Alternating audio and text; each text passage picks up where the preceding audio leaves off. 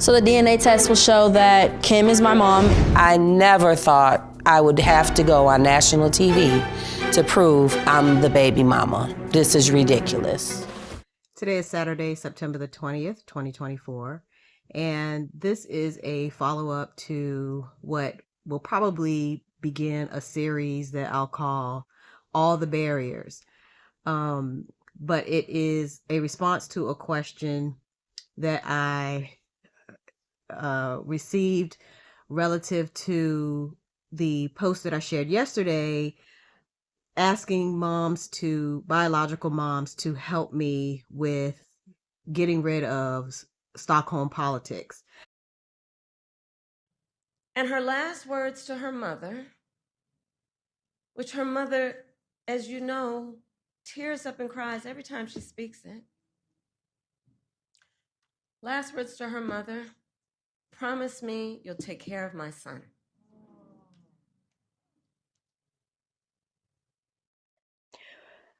What are the layers of preventable acts that occur that lead up to a woman, a biological woman, being forced to make a decision about whether or not to carry her pregnancy full term to birth the life of a child? What are all of the mitigating factors that interfere with that being a healthy process for her? What would a biological woman need to be able to become pregnant, carry her pregnancy to term, and deliver a healthy baby into a healthy social environment? And the question was, why is surrogacy a problem? And in order to answer that question, I need for you to understand why I feel so adamantly about biological children being raised by their biological mother and father. Because in order to overcome the war against biological women and their families, and to prevent families from continuing to be endangered because the earth is dying, it has a cancer, then we have to move towards healthy families. And that starts with a child being born to their biological mother and father, who have first matured as a couple with an understanding that they are eternal partners, and who then will also have the support of their elders, their parents, who would be the grandparents, to ensure that the couple remains together as they begin the process of integrating another personality with their own preferences and their own level of free will, and so on and so forth. So in that regard, grandparents sort of act as the mediators, because when kids have problems with their parents, they can't talk to their parents, but they can talk to their grandparents if they have grandparents available. And that is also another aspect of the problem. But if you understand that frame of mind, then it makes sense that you also understand why you cannot separate children from their biological parents. And a surrogacy is still a separation of a child from their biological mother. And that is significant because there is no woman who gives birth to a child who is not attached to that child. And there is a long-term impact on separating a mother from their biological children. There always has been, and there always will be, regardless of what things she is told or taught or conditioned into believing about that process. But the type of surrogacy that I am most targeting right now when I speak to this is non-consensual surrogacy. So before I get into that, I want to continue with this clip from the Dr. Phil show. And then what will follow it is a live stream that was recorded of Brooklyn and her mother in the background, having a conversation with this other woman who has insisted that she is actually Brooklyn's biological mother. Now, I'm going to comment on this afterwards, but I don't want to do it beforehand because I want to give you an opportunity to witness this entire exchange and include on your list of barriers anything that you had not considered before because you weren't aware that these kinds of dynamics actually exist. As a mother, how would you respond to what is going on with Brooklyn?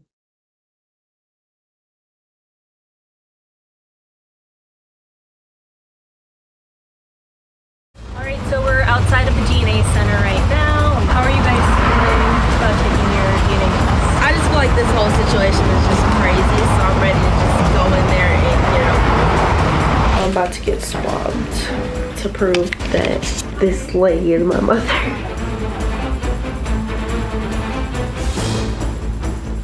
And now we wait. How do I, as a mother, have to come to prove that I'm her mother to someone that we've never met and don't know? I have it here. You already know what it says. And let's put it up for everybody to see what I have here. Test 1, the probability of maternity, this is for you, that you are Brooklyn's mother, is the ultimate. It's as high as it can get. So can we have the result? 99.99999%. I mean, it's as high as it gets. You took the test as well to see if you are her biological daughter. Same result, 99.999%. And, you know, I have both of them here. They are notarized. So there's no question about that. And it's a certificate of analysis, and no question. You knew it. There are the notarized and certified results. So if this person is watching, maybe this can put this all to rest. And I'm going to try and take the compassionate road here and the benefit of the doubt and assume that you really believe what you're saying and are not just trying to disrupt someone's life. And I'm telling you that we've examined this. There's no question at all about this. You know, in my training, I went through clinical psychology and behavioral medicine and did postdoctoral fellowship in forensic psychology. And I can tell you that there is no question from a scientific standpoint, this is the mother of this daughter. And it's important for you to acknowledge that, because if you in fact are looking for your daughter, you're wasting your time putting all of your energy here when you could be putting it in other areas to actually find your daughter. So I'm saying, as a kindness to you, you don't want to go down the wrong road. Think about it. You come to a crossroads and you think, well, I'm going to spend 4 years going down this road. Well, that's 4 years you weren't going down the correct road to actually find your daughter. You're chasing the wrong, in the wrong direction. So I hope you will believe this and start doing what you need to. And, you know, that's the question. Will this woman believe these results and move on?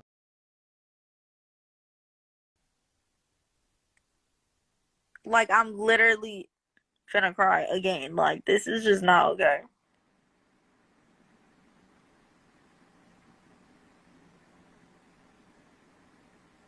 You're threatening me, saying that you're gonna come get me. You're gonna come take me. Your fans saying that I died. Like, oh, I forgot about that.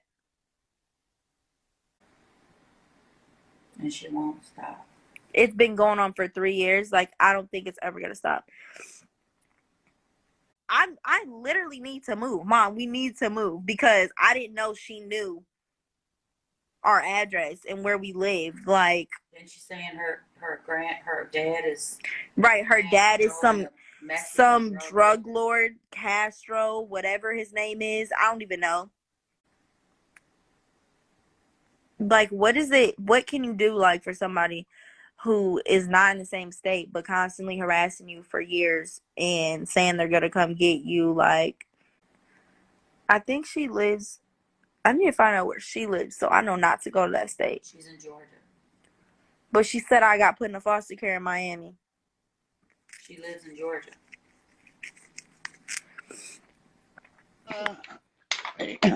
Give you get a paternity test and get it done. It doesn't matter. We will. And I don't want nothing from you. Did I ever ask you for anything? No. Wait, so If I ever asked you for anything. So after Maury, I don't even know if we could get in touch with Maury. I don't even know if he still does it. Go on Dr. Phil. Well, we'll do Dr. Phil, but It doesn't matter. Well, I know I'm not your daughter, but when you find out that I am not your daughter, it's gonna be criminal charges because you've been harassed for 3 years. Go ahead. Yeah, but you wait until 3 years later to say something. Does that make sense? Does that make sense? Oh, we've been saying something. Y'all just don't get it through your head. You're delusional. So if there was a problem, she could have pressed the charges then. I'm not delusional. I got proof. I got proof. Stop it. Stop it. Do you not remember when the police called you? I was literally standing right there with them. Oh my God. Anybody could call and act like they're police officers. And they literally couldn't do nothing because it was out of state. Exactly. After you see that I'm not your daughter, I want you to leave me the fuck alone. You do, you're going to stop that. You're going to stop that. And once you see that I am, then you will stop acting like that and make a relationship. So Deal? wait, let me ask you one question. How old am I supposed to be? How old is your daughter supposed to be? Your daughter was supposed to be 13. She has you down as 2005. You were born 2009. June 29th. You are a Cancer. She just changed her. Yes. I was born July 3rd. No, June 29th. No, what are you talking June, about? July 3rd. Because then you can change a year. You can change the year. No, you're 13. Yeah, listen, they changed the year of my daughter's birthday. They changed the month. I mean, they didn't change the month, but they changed the year. But it's legal. You can change it, but it don't mean nothing, really. But what I'm saying, just give Release a little prop and then take a DNA test, babe. Because, look, let's show her the proof that you got proof right there. You and her both got proof. So when y'all take the DNA test, here where I'm coming from. When as soon as my daughter got taken from me, they changed the last name of my daughter. They changed the year, but they didn't change the month. They changed the dates and everything. But if I understand what you're going through, and I understand what you're on your side, and I understand what mom, she's my street mom. I understand on her side. I understand you completely. I understand you. Because I know, because the same happened to me, baby. Same happened to me. A woman hit me up, but you know what's so funny? She has pictures, and you look just like her. But I don't know. Everybody can look just like anybody. You know, anybody can look just like anybody. I have sent my baby pictures. I have people sent my pictures from when I was 5, literally in kindergarten. This woman is crazy. She literally puts collages of me. And I believe her real daughter puts it together like I'm her daughter. I am not related to this woman at all. And I don't know how you find me and just put it on me. Like you just search up Brooklyn and the first famous person, Brooklyn. No. Like what? You're crazy. You look, no. Listen. Because you're famous. No, because of your famousness. Stop it. I found you when you famous, man. I don't ask you for nothing. It's not because you're famous. I seen it when you were singing happy birthday when you were singing my birthday. That's where I found it from. I didn't find you weren't famous then when you were singing that song and your yellow tank top, those yellow sneakers. Do you know that Kim has a picture of you and the same outfit that I had got you in my pictures? A picture of you and her. You and her. No. A picture of you. She has on her Facebook the outfit that I got you, and you wearing the same outfit in one of my pictures. Got you. So stop. She needs to tell you the truth, Brooklyn, and we will take it to Maury or Dr. Phil. All right, and then we'll take it from there. And I will apologize completely. And this is it. I'm gonna end this call. Love you. Be safe. Bye. You love me? You don't even know me. Yes, you're my daughter. I'm not gonna do this with you. We don't. I'm not gonna sit there and go back and forth with you. We'll do it through Maury, and that will end everything. But Okay. until then, you will not contact her. Oh Right? no, I won't contact you until Maury. This I'll see you then. is I will. crazy. This.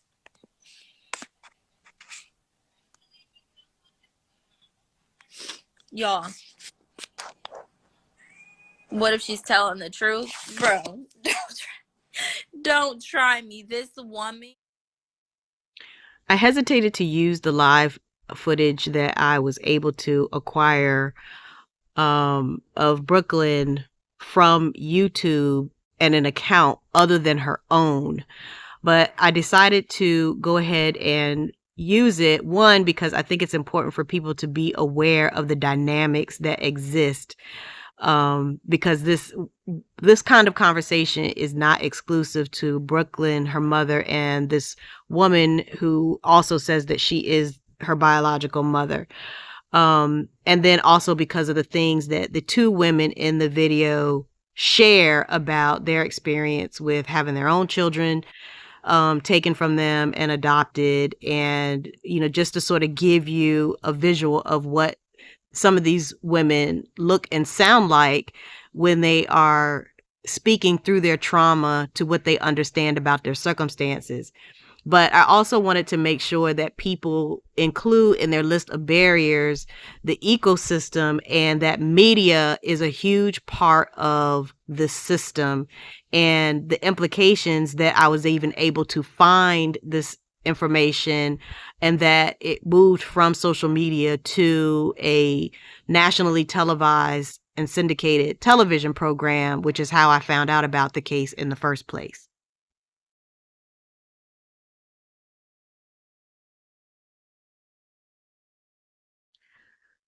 All right, so the first thing that I want to do is to address the question, Sean, how could this even happen? Either you gave birth to a child or you didn't. And clearly the test results for maternity came back positive using both the DNA material from Kim as well as from Brooklyn. Let me answer the question with a question. Did they do a DNA test on the woman who claimed to be the biological mother? And did they do a paternity test on the father to determine that he also is the biological father? Because if a non-genetic female is still able to reproduce, meaning that they have not had a gender reassignment surgery, are they still able to impregnate? And if they're able to impregnate, how would that result turn up in terms of their genetic match? There's a scene from the television series The Handmaid's Tale, which, if I remember correctly, is about an LDS community, Latter-day Saints community, and I've done videos on the fundamentalists, and I did a whole series on the fundamentalists, which I could not watch because it was either the first episode or the second episode where they have a scene that depicts partially what I'm talking about here, where there was a barren mother who was not able to have a child, and then they had this whole religious ritual that involved the three of them to impregnate the biological female who was sacrificing herself for the good of God and Christ and religion. And we see that show up in biblical scripture in the conversation between Elizabeth and Mary. If you go back and read it again, it appears very much so that Mary is carrying a baby that will then be raised by Elizabeth as the mother. But that's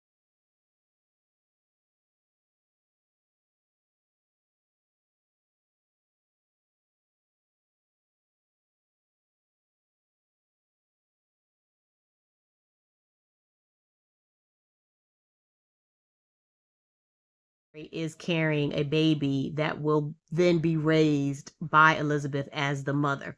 But that's neither here nor there.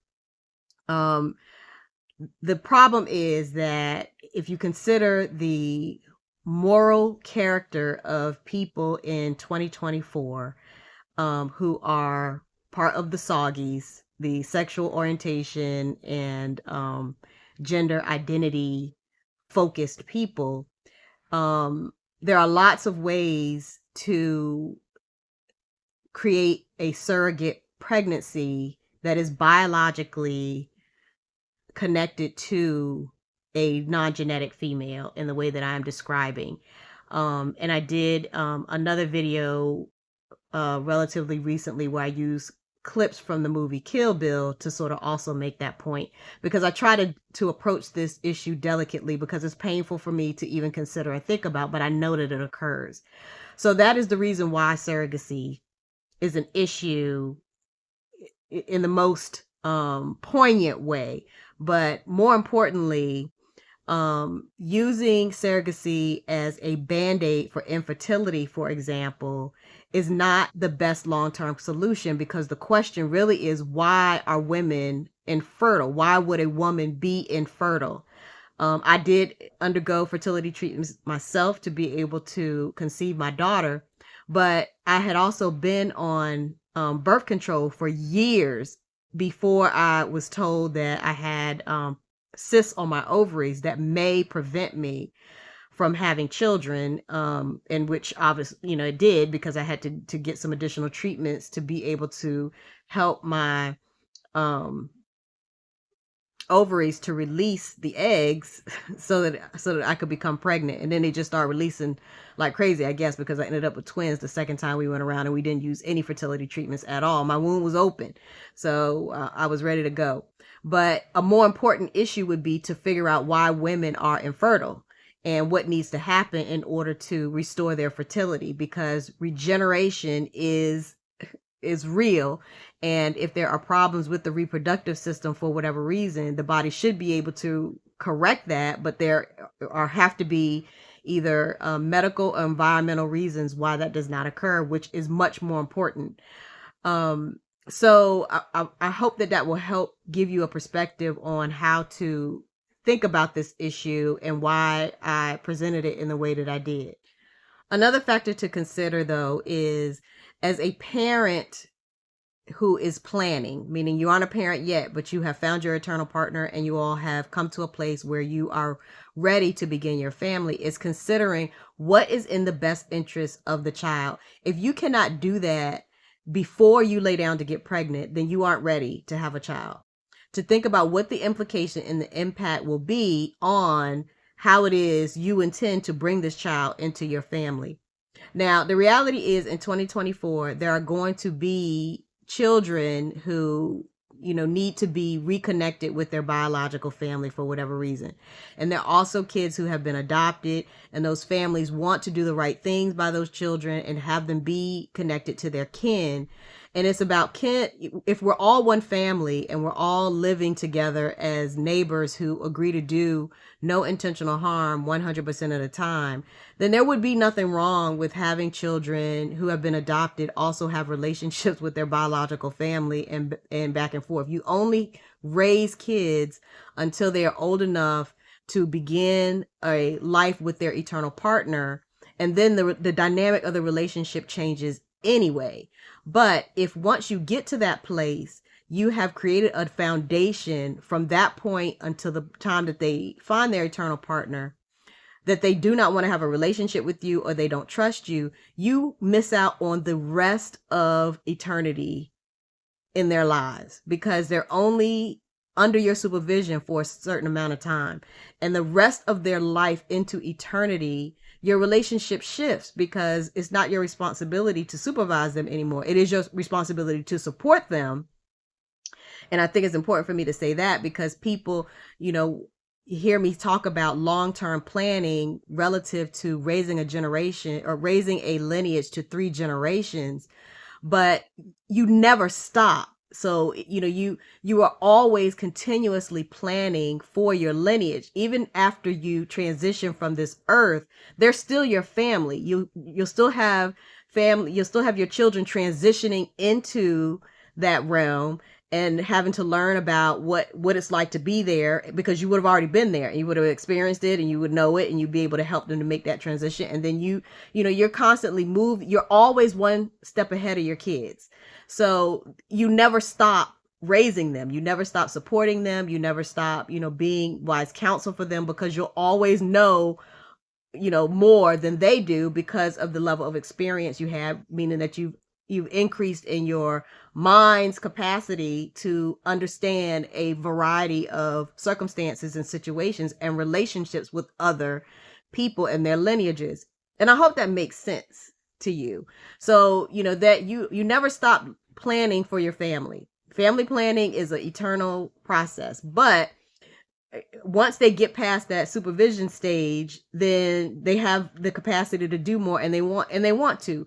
But very often what our kids will do, regardless of their age, is when when something new is being introduced in their life, they want you near to make sure that, they understand and that they're doing it correctly. And, there's always that little bit of anxiety there, and you'll always be there.